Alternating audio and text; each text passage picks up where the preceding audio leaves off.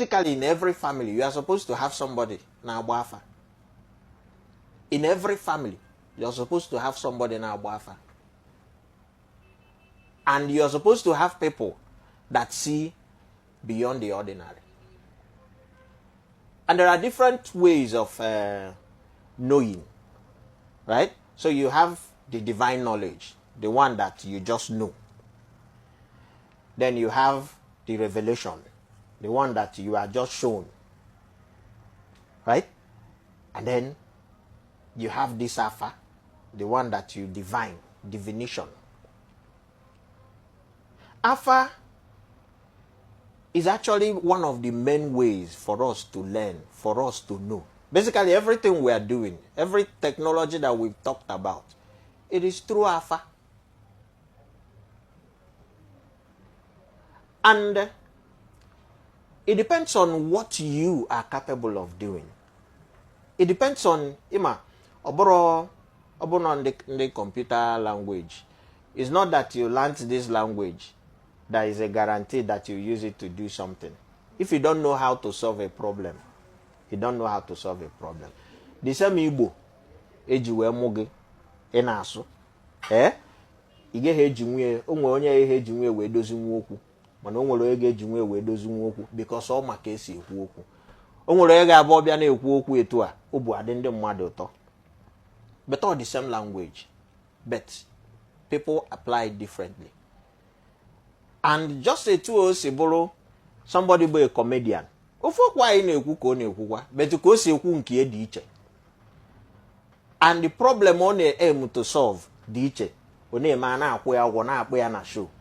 Ana akwu ya nnukwu ụgwọ, ọ na-anara ego na-eti na aba. But ofu okwu a, ịnụchakwa the comedy pokwa akwụkwa the thing is not the same thing.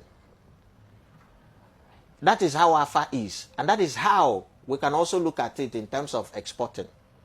Alpha, it is what you are capable of achieving with it. That's what will make people come to you. If, for instance, you are vast in the area of ways to asking questions about folding molecules, about different innovation, expanding different types of services, people will come to you for that.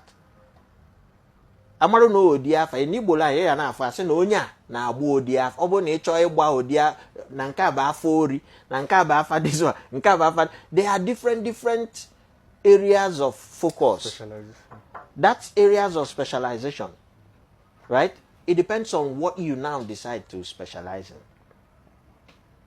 There are people who agbalo gafa gbopolo gafa gwa gafa onye zugori. There are also people that will just tell you, no, ezugori bu onye umunna, mon onye zugori bu enyi gi, but they don't know, they don't get to details. That. And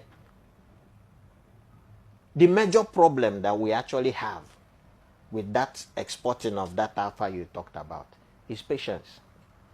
And I'm sure you have so many experiences with the alpha and their impatience, right? The ability to cut off. Sometimes the sentient being. A boy on a phone or pick a call or pick a call, say, I'm going behind you. Exactly. You've cut off from that point. Breach of communication.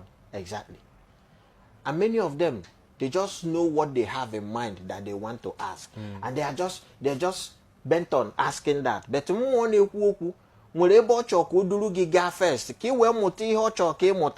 when that direction, you are supposed to follow the more, even if it seems like it's digressing. Because if you don't, you will not find out again that thing actually at that time. It is a major problem, that's patience. So if our people can also, right? Every dibia obona lulebolu, yana agbafa. It is a njirimara dibia. The idea na onye nke aka onye agba afa, I don't really believe in it. We are connecting to the same source of knowledge, right? It is about understanding and perception. For me, being a system architect, being a technologist, afobona na agba is in the direction of how I will apply a particular thing in solving a particular problem. But onwe ya na-agba afọ na-agba is in a different direction. But then that afa is the only way we can learn. Before we export afa, we have to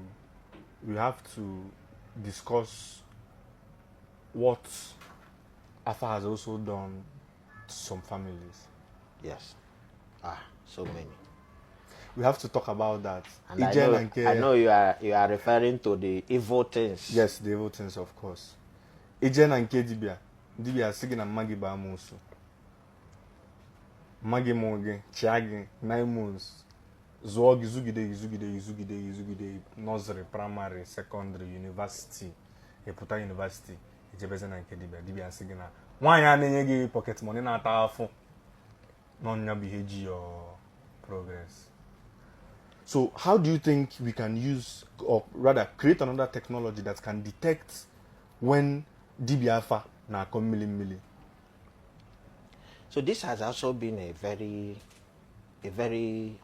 big challenge that I believe everybody is facing. If DBA, I think one of the things I kept in Moka Guam is na DBA ni na atafufu. DBA. And it is part of the ways you pass through the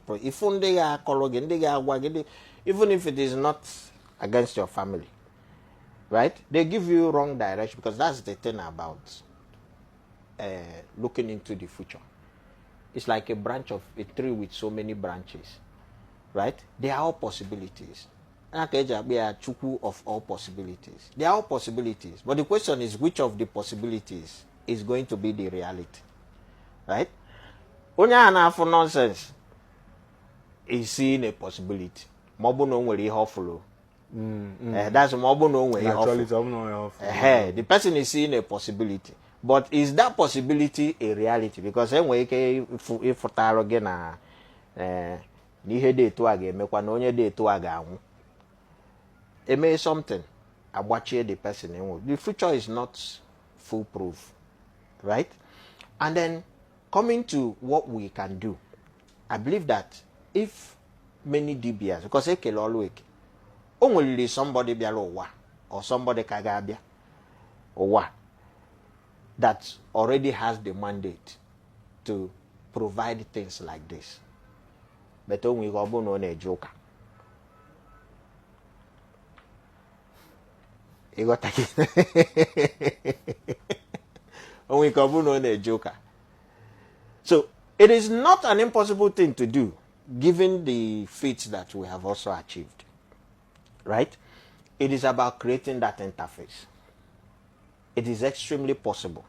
And when you create that interface between that energy source that you know will always give you the right answer, and you can now kind of create it as a service, turn it into a service model that people can query in, it will start to weed off some of these wrong ones. I would like to look into it.